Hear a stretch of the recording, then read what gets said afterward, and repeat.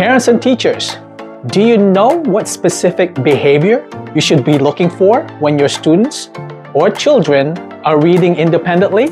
Kumusta po kayo? I'm Chris Austria, a retired reading and literacy teacher and a superintendent from the United States, now based in the Philippines. Parents and teachers, active readers show certain behaviors while they're reading actively. So to ensure that our students and our children are engaged in their reading, we must observe their behaviors. And there are three important behaviors that I'm going to suggest to you. And of course, the last one is the most important one. The first behavior is called monitoring comprehension. When you see your students or your children reading, so for example, I have this book.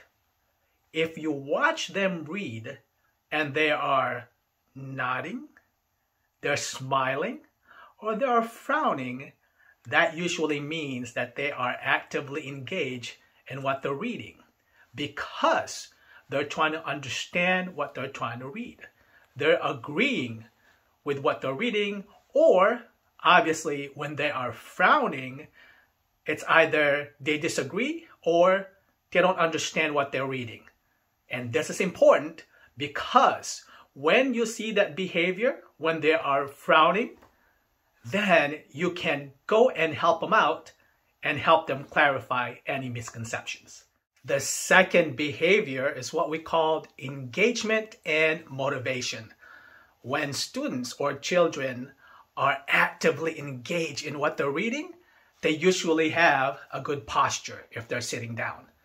And most of the time, they have a focused gaze. In other words, they're not like just looking around and being distracted. They are razor focused on what they are reading.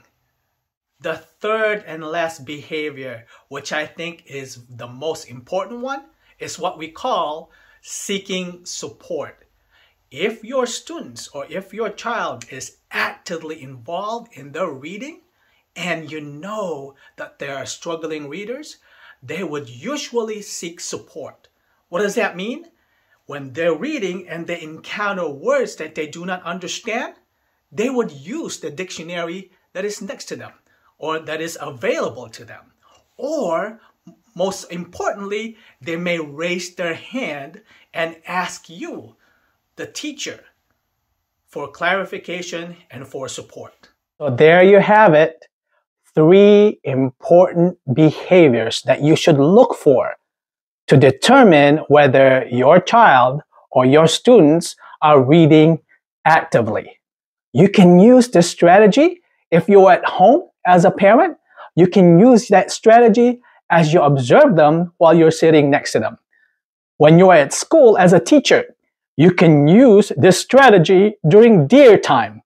Watching these behaviors during DEAR time, it's a very important step in improving your students' reading comprehension. Maraming salamat po sa inyong panonood. Hanggang sa muli.